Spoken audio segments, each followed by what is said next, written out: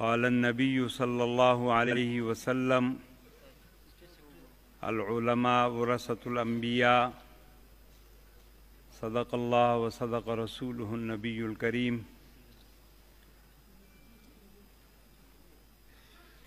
میرے واجب الاحترام قائد ملت اسلامیہ، عالم اسلام کے نوجوانوں کی دلوں کی دھڑکن، حضرت مولانا فضل الرحمان صاحب دامت برکاتکم العالیہ،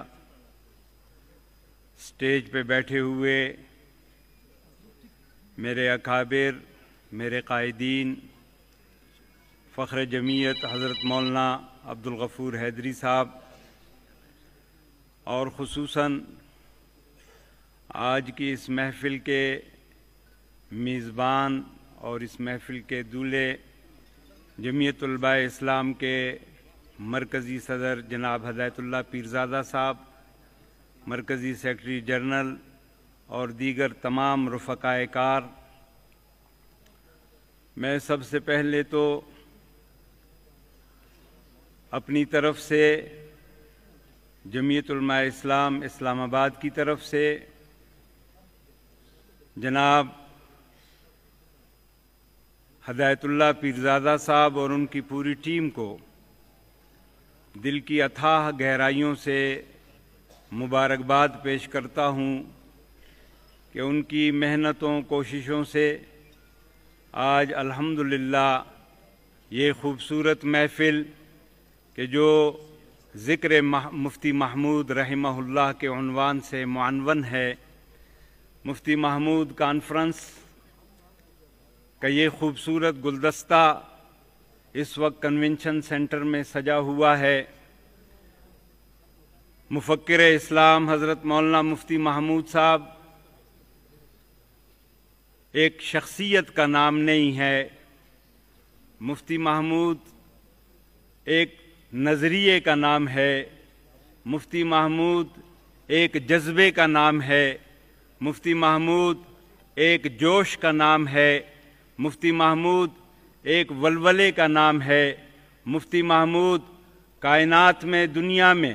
اور خصوصاً پاکستان میں اٹھنے والے ہر فتنے کے خلاف سینہ سپر قوت کا نام ہے۔ آج الحمدللہ ثم الحمدللہ کہ وہ شمع کہ جو پاکستان کی سرزمین پر جمعیت علماء اسلام کی صورت میں حضرت مولانا مفتی محمود صاحب رحمۃ اللہ علیہ،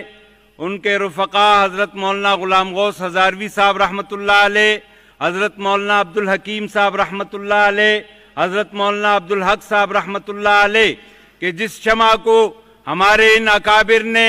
قائد ملت اسلامیہ حضرت مولانا مفتی محمود صاحب کی قیادت میں روشن کیا تھا،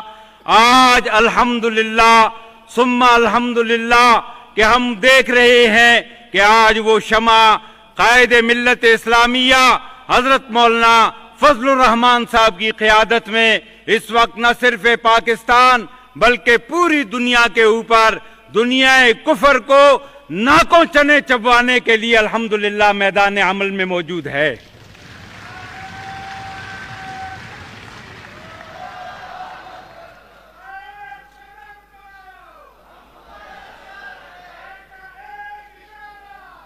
آج دنیا یہودیت کا وہ تمام کا تمام پروگرام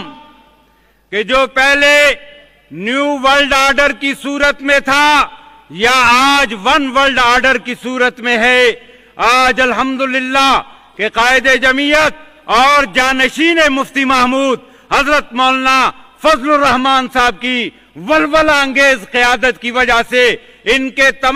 تمام وہ ایجنڈے وہ ناکام ہو گئے، اور دنیا نے دیکھا کہ وہ قوتیں کہ جنہوں نے یہودی ایجنٹ اس مملکت خداداد پر مسلط کی تھی، الحمدللہ ثم الحمدللہ کہ قائد جمعیت کی بصیرت کی وجہ سے، قائد جمعیت کی جرت کی وجہ سے اور جمعیت علماء اسلام کے کارکن اور جمعیت علماء اسلام کے کارکن کی وجہ سے آج وہ ایجنڈے ملیاں میٹ ہو چکے ہیں۔